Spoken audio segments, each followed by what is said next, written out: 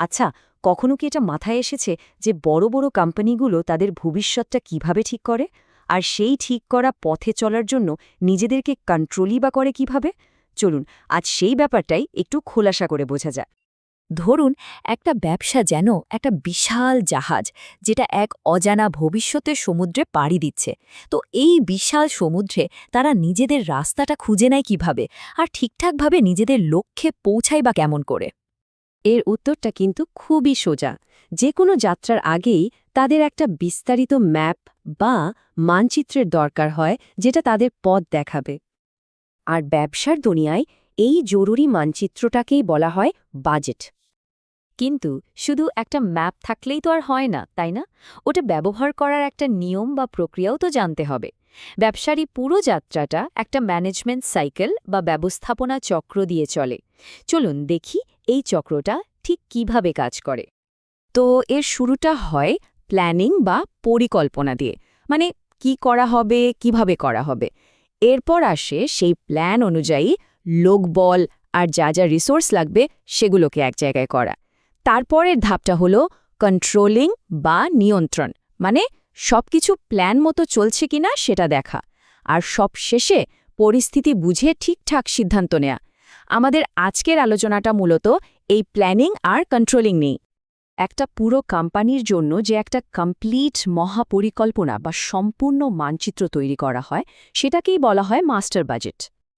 এটাকে আমরা বলতে পারি ব্যবসার মূল আর্থিক নীল নকশা। এখানে একটা নির্দিষ্ট সময়ের, সাধারণত ১ বছরের, সব রকম কাজের একটা ডিটেইলড হিসাব থাকে। এই যে মাস্টার বাজেট, এর আবার দুটো মূল পার্ট আছে। একটা হলো পরিচালন বাজেট, যেটা কোম্পানির রোজকার আয়-ব্যয়ের হিসাব রাখে। আর অন্যটা হলো আর্থিক বাজেট, যেটা কোম্পানির ক্যাশ টাকা আর পুরো আর্থিক অবস্থাটা কেমন সেই ছবিটা তুলে ধরে। কিন্তু আসল প্রশ্ন হলো, এই যে এত বড় একটা ম্যাপ তৈরি করা হয়, সেটার কাজ শুরু হয় কোথা থেকে? মজার ব্যাপার হলো, এর সব কিছুই কিন্তু একটা মাত্র জিনিস দিয়ে শুরু হয়। পুরো বাজেট তৈরির প্রক্রিয়াটা শুরুই হয় সেলস বাজেট বা বিক্রয় বাজেট দিয়ে। এটাই হলো সেই ইঞ্জিন যেটা পুরো কোম্পানির বাকি সব প্ল্যানকে চালিয়ে নিয়ে যায়। আর এটাই হলো সবচেয়ে গুরুত্বপূর্ণ একটা পূর্বাভাস, কারণ এর ওপর ভিত্তি করেই একটার পর একটা চেইন রিঅ্যাকশন তৈরি হয়, যেটা পুরো কোম্পানিকে প্রভাবিত করে। চলুন একটা খুব সহজ উদাহরণ দিয়ে ব্যাপারটা বুঝে নেওয়া যাক। ধরুন, একটা কোম্পানি প্ল্যান করল যে তারা পরের ৩ মাসে ১,০০০টা ফোন বিক্রি করবে।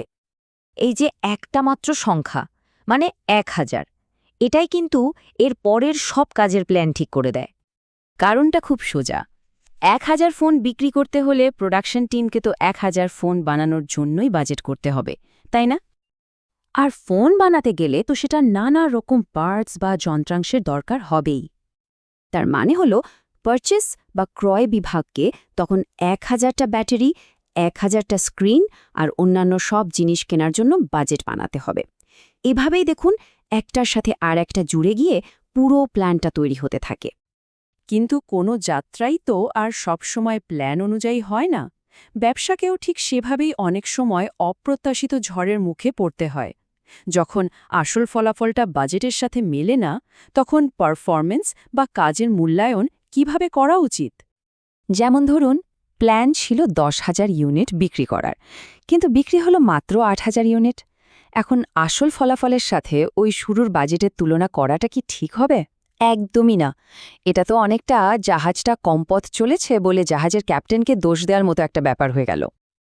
এই যে স্ট্যাটিক বা স্থির বাজেট, এর সাথে তুলনা করলে হয়তো মনে হতে পারে যে খরচ কিছুটা বাঁচানো গেছে, কিন্তু আসল লাভ তো কমে গেছে। মানে এখান থেকে পুরো ছবিটা পরিষ্কার বোঝা যায় না। এর জন্য আমাদের আরও ভালো একটা টুলের দরকার।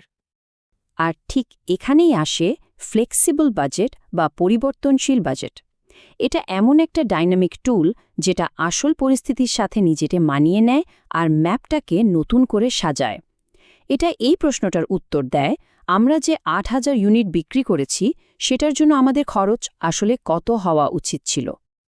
এখন এই নতুন ফ্লেক্সিবল বাজেটের সাথে আসল ফলাফলকে যখন তুলনা করা হয়, তখন পরিচালকরা একটা ন্যায্য বিশ্লেষণ করতে পারেন। চলুন দেখি এই বিশ্লেষণ থেকে কী ধরনের পরিষ্কার চিত্র পাওয়া যায়। প্রথম যে জিনিসটা বোঝা যায় সেটা হলো কার্যাবলী বিচ্যুতি বা অ্যাক্টিভিটি ভ্যারিয়েন্স। সহজ কথায় বললে এটা মাপে যে কোম্পানি তার বিক্রির মূল টার্গেটটা কতটা পূরণ করতে পেরেছে, মানে তারা যা করতে চেয়েছিল সেটা করতে কতটা কার্যকর ছিল। আর দ্বিতীয় এবং প্রায় আরও বেশি জরুরি যে তথ্যটা পাওয়া যায় সেটা হলো পরিবর্তনশীল বাজেট বিচ্যুতি বা ফ্লেক্সিবল বাজেট ভ্যারিয়েন্স। এটা মাপে যে যেটুকু কাজ করা হয়েছে তাতে খরচ কতটা ঠিকঠাকভাবে কন্ট্রোল করা গেছে, অর্থাৎ কোম্পানি তার কাজটা করতে কতটা দক্ষ ছিল। তাহলে আসল ব্যাপারটা হলো এই পুরো প্রক্রিয়াটা কাউকে দোষ দেওয়ার জন্য নয়, বরং ভুল থেকে শেখা আর নিজেদেরকে ক্রমাগত আরও উন্নত করে তোলার জন্যই এটা করা হয়। এই যে অ্যানালাইসিস থেকে পাওয়া তথ্যগুলো, এগুলো আসলে ক্যাপ্টেনের লগবুকের মতো। এগুলো পরের যাত্রার জন্য আরও ভালো একটা পথ তৈরি করতে সাহায্য করে। আর এভাবে একটা সাধারণ বাজেট স্ট্র্যাটেজিক দিক নির্দেশনার জন্য একটা দারুণ শক্তিশালী হাতিয়ার হয়ে ওঠে। এটাই হলো বাজেটের আসল শক্তি। আর এটা আমাদের ভাবাতে বাধ্য করে যে ব্যবসার বাইরে আমাদের নিজেদের জীবনেও কি প্ল্যান করা, কাজ করা আর সেটাকে আবার খতিয়ে দেখার এই চক্রটা আমাদের নিজেদের লক্ষ্যে পৌঁছাতে সাহায্য করতে পারে।